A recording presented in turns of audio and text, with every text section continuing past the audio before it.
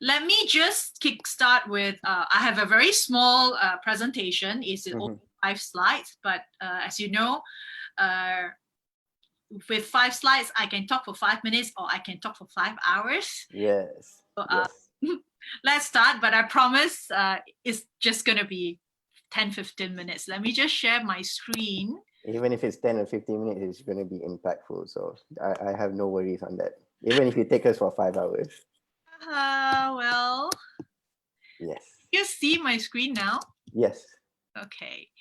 So today we're going to talk about investment, and the target that we are going to look for is actually angel investors. So the question is where to look for them and what are the profile of angel investors? How do they look like? Like I said, I like Malaysia because we in the beginning of the conversation, right? You asked me, Rina, do you want to speak in English ke, bahasa ke? So I said yes. So I can campur, I can do rojak as well. And actually my BM, right, I got A1, but I think when I was in standard 3, Chinese actually failed. So know how to speak Chinese. I still cannot read, cannot write, but having moved to Singapore, yes, I pick up Mandarin.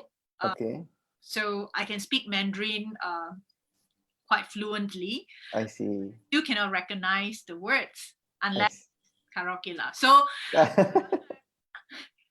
so the Palabor is the investors, and then 投资者 is actually investor in Chinese. So okay. 投资者. So where to find them? Mana nak cari pelabur, and in Chinese is 在哪里找到投资者? Because it's always, I have a business to find, right? And investors, everyone that walks around is a potential investor. Of course, when we say low-hanging fruits, it would be if you have a business idea. Parents will always be supportive of you. Your friend, will always be supportive. That's why is a common joke that we say when you start a business, you just go for the 3 Fs lah: the family, the friends, and the fools. Fools are hey, because you are my idol. So I will invest in everything. But these 3 categories of people, they come with pros and cons. If you invest, if you get investment from your parents, can you imagine your mom asking you every day, where's my money? Yes, exactly. Are you doing okay? Yes, because in the early stage of a business, right, I would advise the founder team to look for really strategic people, because unless your parents or your family members are already very seasoned business people, or do have some other value add in your business. For example, I understand that you have a digital agency company, you're doing social media. If your parents are in corporate in marketing, perhaps, you could take their money, because they become part of your business and they can actually share their knowledge with you. Right. Yes. Your parents are in, let's say, shipping industry. The only thing they could probably share with you is okay, does shipping industry need digital marketing? Which I think every industry needs. But at the start of your business, this kind of advice or this kind of expertise may not be as useful. Right. So you have to consider that. And then friends, friends, family. Sometimes when it comes to money, we have seen, a lot of dramas when it comes to money. I've seen entrepreneurs who fought with their families, friends, and they became enemy just because of money. I'm not saying you shouldn't take or you don't take, but I always tell the entrepreneurs that if you take it, you have to actually be very clear about it. And you have to sort of like have it in black and white. Okay. Okay. So I'm just wondering if you're recording this. Yes, it is recording. Yeah, okay. So we have to be very clear, because when you start a business, you're so excited, wow, and then everything is kalam kabut. There's no black or white. So there are many startup in the legal space that actually provide free templates that you can use to even For agreement. agreement. Correct. Okay. You tak ada duit kan? Nak cari, so you pergi like Asia law. There's a standard template. Asia law. Okay. Yeah, that you can have a agreement between your friends, because it's like a more legalized IOU. Yes. Of course, we don't want to use the legal document, but in the event, and life is full of surprises. In there is a conflict, at least there are some fallback, right? Right. Understood. So these are some of the things that entrepreneurs face when they first started a business. They're so excited, huru hara, don't know where. Got a lawyer. But be resourceful. Ask your lawyer friends. So it's good if you want to start a business. To me, the three friends that if you have from childhood is good. One is an accountant, one is a lawyer, one is a advice. So younger kids, good, they're still in school, make sure you have this kind of friends in your circle, okay? Like what Rina said, it'll be useful. Would send their kids to international school. Why do you would send their kids to Ivy League schools? The parents, knowing that all these are important connections, that Yes. Investment. Yes. Investment of sometimes people think like, oh, why should I spend money for school, like going private school or things like that. These are one of the reasons why. Yeah, because like I run a preschool, international preschool. Can really see the development of a child once the child is to, like, our school has about close to 30 different nationalities. I see. Well, that's a very diverse. Yeah, and imagine, I always think like early exposure is good, because like some of my friends were like, oh, I've introduced my kids to this, to that. I said, aren't they too early to know? They say, yeah, but let's say, for example, parents say no screen time, but my friends say no. I will introduce iPad gaming to my kids so that he knows the boundaries and I can control it, rather than he actually learn from sendiri, P2P, pinjam sana sini. Correct. So coming back, so the first three profile of investors that is easy to get is, of course, your family, your friends, and the fools. People have too much money, just don't know where, but they like you. So what business you're in, they just want to support you. I see. But be also very careful that there's no free lunch. It comes with different sets of pros and cons. If you have gone through this route, or if you decided not to go through this route and you think you have a decent business plan, or for professional investors like us, okay, where do you find them? Okay, investors also are the level lah. So those very rich tycoon, they might tell people that, yeah, I want to invest and all this. But if imagine a 60-year-old mining tycoon, okay, he have a lot of money, but he certainly don't have time. And even if he likes you, he may not be so-called savvy about the Bitcoin or the blockchain company that you are working. Okay, yes. But of course, when it comes to business, one of my mentors says, when you are in the zone, every business is the same. But what he meant is that when your business is already there, but as an idea stage, you're not there yet. Correct.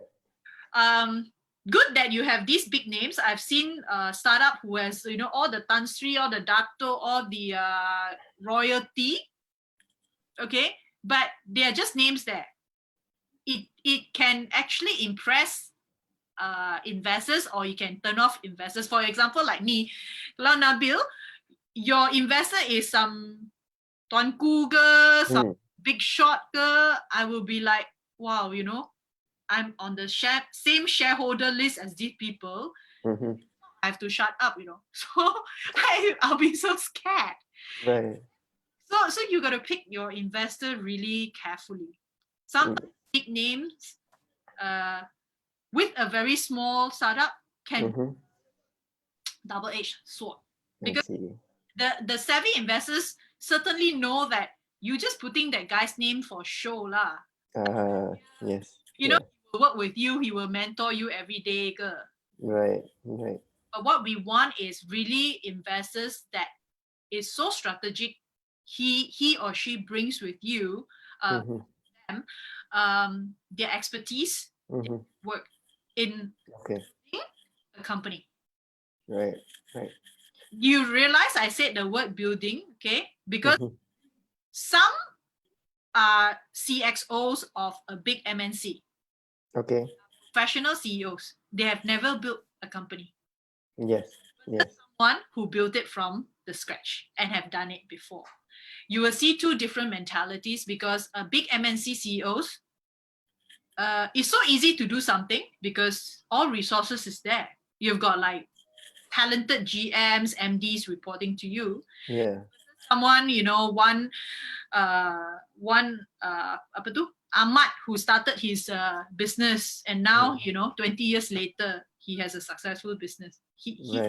This Ahmad or this Akka or Ali, they will bring different perspective to the startup company. So it really depends on what kind of people that you feel comfortable as a founder or a team to, right? And so we talk about the very rich tycoon. Even if they give you money, they may not have time for you. Yes. At certain point of time, you probably need them. And if you want to go after these tycoon and all this, right, there will be thousands of people showcasing their business. Right. So you have a better chance of telling these particular investor tycoon that, hey, it's not just about investing about money. It is the giving back. It is the mentoring that I need from you. It is perhaps my software or my platform or my technology can complement or can enhance or have synergy with what you're doing. So we talk about the mining tycoon. So perhaps, you are a diamond miner, for example. You could actually implement blockchain to trace, where the diamonds came from, besides the GIA cert and blah, blah, blah. Some will see, actually, and all the tycoons, they're businessmen, they're very smart. They're like, okay, if I invest a small amount in this company, and then my company can use their software. Yes. I'll be the only one that actually, first diamond mine that has blockchain certified, blah, blah, blah.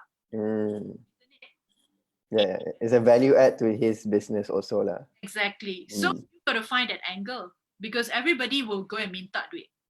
Yes. I give my duit to you. Besides that, you promised the sky to me that you're going to be a unicorn. Tapi, lalang pun tak ada lagi. So, right?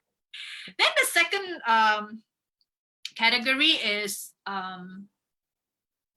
perhaps entrepreneurs like myself, who is a bit lucky that we have probably exited our venture and have money to invest. So we have gone through that path, right?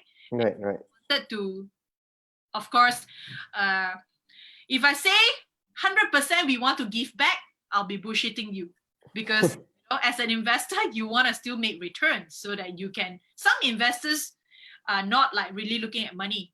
They are looking at a balance. So for me, 30% of my plan is to make 30% is to invest in companies that I suka, I don't care whether make money or not. Okay. 30% is to invest in social impact because I care for the world. Okay, I understand. philosophy. So you got to make sure that you basically evoke my emotions in these three categories. And the areas of each one of those actually is what you're interested. Okay. If you want to get my investment, you know that I'm very passionate about education. An education company versus you are an e-commerce company, you will have chance, because this is what I'm passionate about. So people like us is another set of angel investors that for as an entrepreneur, you got to, I always tell people, you got to be a hustler, you got to be a stalker. You know, if you friend on Facebook, for goodness sake, you know, if you want to go and meet someone to even if it's your customer, you punya potential investor, you please do some homework lah. There are times when you nak jumpa orang tu, tapi you tak tahu who you are going to jumpa, you tak tahu what are you going to say, you cannot break the ice, right? Yes. Of course, you don't show it like literally you pergi stalk orang tu lah. So you know, it's like there's an art, you know, of really having it having a soft conversation to break the ice. So we talk about tycoon, we talk about these professional investors, and then there's another category which I'm very passionate to develop in the ASEAN context is the professional investors. When I say professionals, they are like lawyers, doctors, you know. Yes. They make a lot of money on their professions. Yes, and most of them are their so-called asset is probably like given to the private bankers to manage. But imagine the ecosystem, especially in Asia, because Asia we don't have many tech exits, so we are, you know, we don't produce 100 millionaires like Google, Microsoft, and all this. That's why Silicon Valley everybody is an investor, whereas Malaysia everybody is a dato. So that's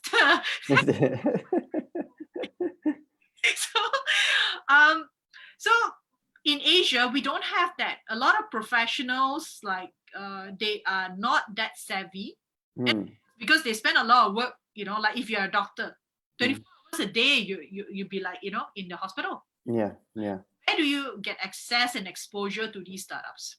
So I think the startup community builder or venture builder, they should start inviting these professionals to the events.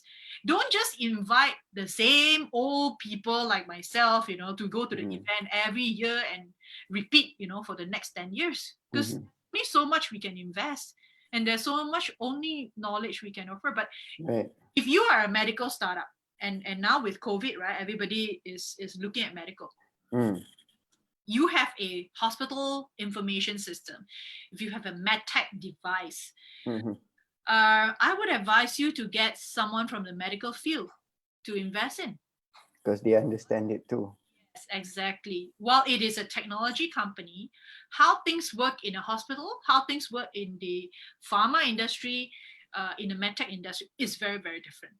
And I can say it, you know, because I've invested in medtech companies. In fact, 2 of them are listed. It's a very different world. So these are the group of people that I think in Malaysia we should develop. You know, tell them that if you have $1 million and you're giving it to the private banker, just take 10% to invest in things that that you're passionate about or you know. And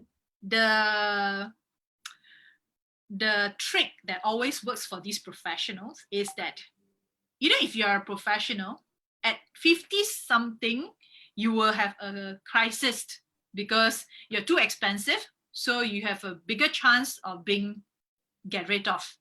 A lot of 50s, late 40s, when they're top management, when it comes to restructuring, you will be the first one to go lah. So tell them that this might be their side income. In future, right? So these are the 3 things that you know, 3 categories of investors that is easier for us to find. So this basically summarized. This is actually a report from Halo Angel Association in US. Unfortunately, even in US, most investors are male.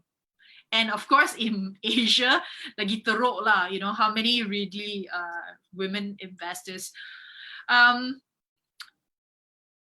The race, this is because this is US, of course. Yeah. In Okay, Asia, right. I would think there are more white investors interested in Asia right now, because ASEAN is really a hotspot right now. Okay. With all the things going, we do have a lot of potential to attract foreign money, right? Okay. Okay. And I mentioned before, the age group usually older age. But now we're seeing, I would love to really go out and evangelize that you can invest while even if you're young, because angel investments doesn't mean that you must have millions. In third world countries, if you invest in somebody's idea, even if it's 5,000, 10,000, that is also considered angel investment, because there's no legal law that say angel investment must be X dollar money. So a lot of perception is that, oh, you're angel investor, therefore you must be a millionaire or billionaire. Not necessary. Yeah. Okay, that's a good tip. And then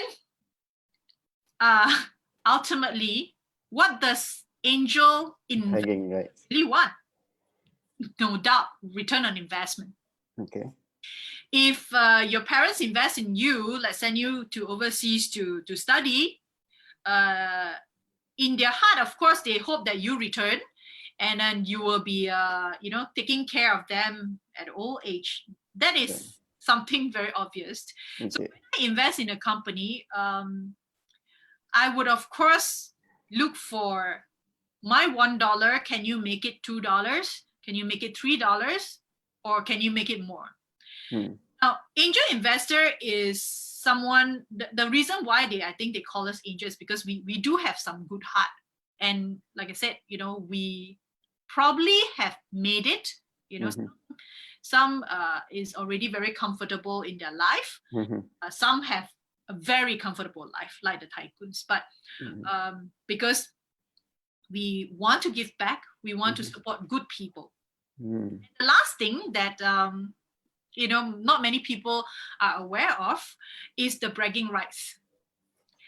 And when you want to pick angel investors, be sure when you stalk them, okay, because social media is such a big thing right now, right?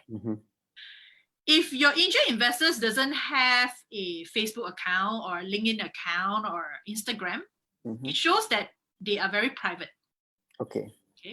Now, it depends on what kind of business are you. If you are in a business of, let's say, I will take my own investment, for example, the chocolate company that I invested in. Yes. I think all of you have heard of it 1,000 times. I know that it will give me good investment, and know that the founder is a good person because I in him, and he knows that I'm a foodie. He knows that I am very proud of my hometown Penang, and his opening statement was, "Would you invest in a chocolate artisanal company from Penang?" That is already, my heart melt already. And because I'm not like a super social media person. I do brag about my investments. I see. Want your investors to be the spokesperson of the product, because if you and your team alone, let's say 5 of you, versus somebody else talk about it. So we do want bragging rights, and we like to showcase of, hey, tengoklah, I invest into that company, now the valuation sudah 10 million, 100. Like a proud parent, like, oh, my kid has grown up. Exactly, you're right. Like a proud parents, because you were part of the journey. I spent a lot of time with that company. Headache, cry lah, semua tu ada. But once they have achieved a milestone, I'm so happy. I brag. Not literally like, stand on the road and brag about it, but people. Yeah. And you want an investor that tell people about the good things of the company, because this will attract the next round of investor. Because of investor came in because they heard from me, not from the founder. Right. Yeah. Okay. So these are the things that you need to be aware of, because I think not many people aware of the psychology of the investors. For investors, at the end of the day, they're still human, right? Exactly. So you need to be able to read them, because if you don't read us, we will be reading you anyway. So you better learn how to read us as well. Okay. So when you Oh, meet an investor, okay, this is a 1 minute pitch. If you do not know how to do that 1 minute pitch, you can use this. this, because this is exactly 1 minute. Because people really do not know what they are selling, which is the most tough part, right? Mm-hmm. You are so confused about what you are, who you are, and why you. Mm-hmm.